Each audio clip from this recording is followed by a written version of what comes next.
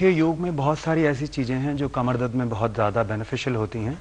और आप ये समझ लीजिए कि लाइफ टाइम में हर इंडिविजुअल को कभी ना कभी कमर दर्द होता है। तो हम योग की कुछ आपको क्रियाएं बताएंगे, कुछ आसनास का पैकेज बताएंगे जो कोई भी व्यक्ति कर सकता है, स्वस्थ रह सकता है।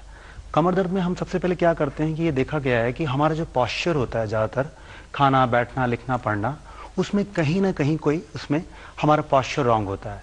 क्योंकि हमारी जो बैकबोन होती है, उसकी जो शेप होती है वो एस शेप होती है, लेकिन हमने रॉन्ग पॉस्चर से उसको सी बना देते हैं जी।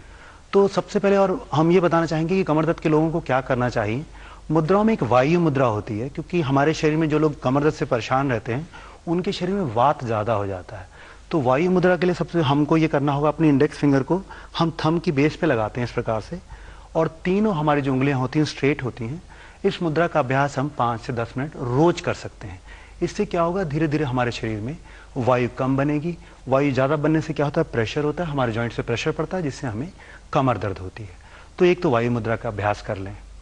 उसके बाद हमारे पास पैकेज है, पूरा एक हमारा पैकेज है जो कोई भी व्यक्ति रोज कर सकता है। 5 से 10 मिनट का अभ्यास करेगा तो वो कमर दर्द से छुटकारा पा सकता है। उसके लिए हम आपको बताने जा रहे हैं, यह करेंगी। सबसे पहले आप पेट के बल लेट जाएंगे। अपने दोनों हाथों को, हम इसको बेबी स्नेक पोज कहते हैं, अपने दोनों हाथों को, हमारी कोहनियां हमारे आगे की ओर होंगी, हमारे दोनों कोहनियां जमीन को टच करती होंगी, और हमारे जो पाम होंगे वो ग्राउंड को टच करेंगे। धीरे धीरे हम अपने गर्दन को, अपने कमर को पीछे की ओर उठाने का प्रयास करेंगे। धीरे धीरे उसको उठाएंगे और अपनी क्षमता अनुसार हम इस आसन में रुकेंगे। ये कमर दर्द के लिए स्नेक पोज का पहला वेरिएशन है। धीरे धीरे नीचे आ जाएं और उसके बाद हम करेंगे प्रॉपर स्नेक पोज, जिसको हम भुजंगासन कहते हैं। हमारे दोनों हाथ हमारे कंधे के पास होंगे और धीरे धीरे, जिस प्रकार से हमने पहली क्रिया में किया, धीरे धीरे पीछे की ओर उठेंगे। और हमारे इसमें, उसमें जैसे पहली क्रिया में था, हमारे इसमें गर्दन और शोल्डर्स पीछे की ओर उठेंगे और हम पीछे की ओर देखने का प्रयास करेंगे जी। कुछ देर इस अवस्था में रुकेंगे और धीरे धीरे वापस आएंगे। उसके बाद इसका तीसरा वेरिएशन हम इस प्रकार से करेंगे। हम दोनों हाथों को अपने पीछे कमर की ओर रख लेंगे, दोनों हाथों को फोल्ड कर लेंगे पीछे कमर की ओर, और उसी प्रकार जिस प्रकार से हमने पहले वेरिएशन में अपने शरीर को उठाया था, उसी प्रकार से हम अपने शरीर को धीरे धीरे उठाएंगे और कोशिश करेंगे पीछे की ओर देखने की। अपनी क्षमता अनुसार इस आसन में भी रुकेंगे और धीरे धीरे अब वापस आएंगे। उसके बाद हम अपने दोनों हाथों की फिंगर्स को इंटरलॉक करेंगे, अपनी गर्दन के पीछे रख लेंगे, और जिस प्रकार से हमने पहली क्रियाएं करी हैं, इस क्रिया को भी उसी प्रकार से अभ्यास धीरे धीरे करेंगे।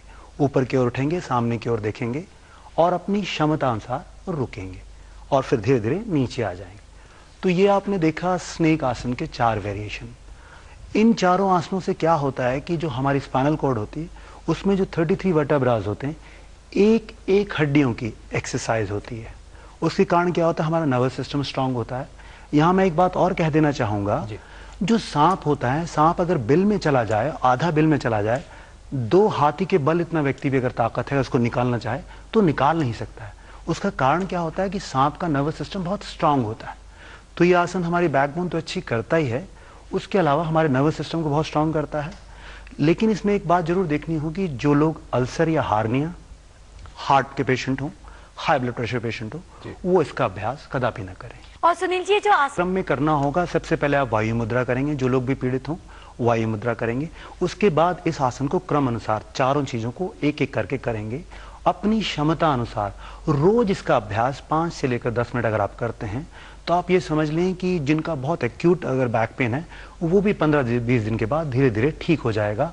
उनको अपना ऑपरेशन नहीं कराना पड़ेगा। और ये जैसे मैंने कि बताया कि जो लोग साइटिका के पेशेंट हों, जिनको नीचे लोअर बैक में दर्द होता हो, उनके लिए बहुत अच्छा है। जिनको मिडिल बैक में दर्द होता हो, उनके लिए बहुत अच्छा है। और जिनको गर्दन का दर्द होता हो, उनके लिए भी बहुत अच्छा है। तो ये सिंगल विचार का पैकेज बहुत ही बेनिफिशियल है। योग गुरु, आप उन लोगों के लिए क्या कहेंगे जिनका कमर का दर्द बढ़कर टांग तक पहुंच जाता है? क्या उनके लिए कोई खास आसन है? देखिए, बिल्कुल उनके लिए भी मैं ये कहूंगा, देखिए साइटिका, जिन लोगों को टांग के नीचे दर्द बढ़ जाता है, वो साइटिका होता है। बेसिकली साइटिका नर्व्स होती हैं जो हमारे L1 L2 में नीचे होती हैं, लोअर बैक में। तो वो नर्व्स जुड़ी होती हैं, उन पे प्रेशर पड़ने से धीरे धीरे दर्द टांगों में आ जाता है। उनके लिए मैं ये कहना चाहूंगा, ये तो आसन करेंगे, साथ साथ वो लोग दीवार का सहारा लेकर बिल्कुल दीवार के सामने बराबर खड़े हो जाएं और अपने दाहिने पैर को थोड़ा सा उठाएं, कमर गर्दन बिल्कुल सीधी हो। दोनों पैरों, दाएं और बाएं दोनों पैरों को कम से कम 10-10 बार उठाएं। इस क्रिया का अभ्यास हम कहीं पर भी, कभी भी कर सकते हैं।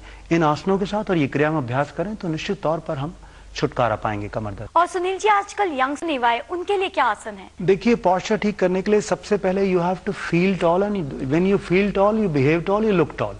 तो हमको सबसे बड़ा यही काम करना होगा कि हमें फील टॉल करना होगा। फील टॉल से मतलब जब भी हम वॉक करते हैं हमें ये इमेजिन करना चाहिए हम बहुत टॉल हैं, और अगर हम उससे क्या होगा, ऑटोमेटिकली हमारा पोस्चर ठीक हो जाएगा।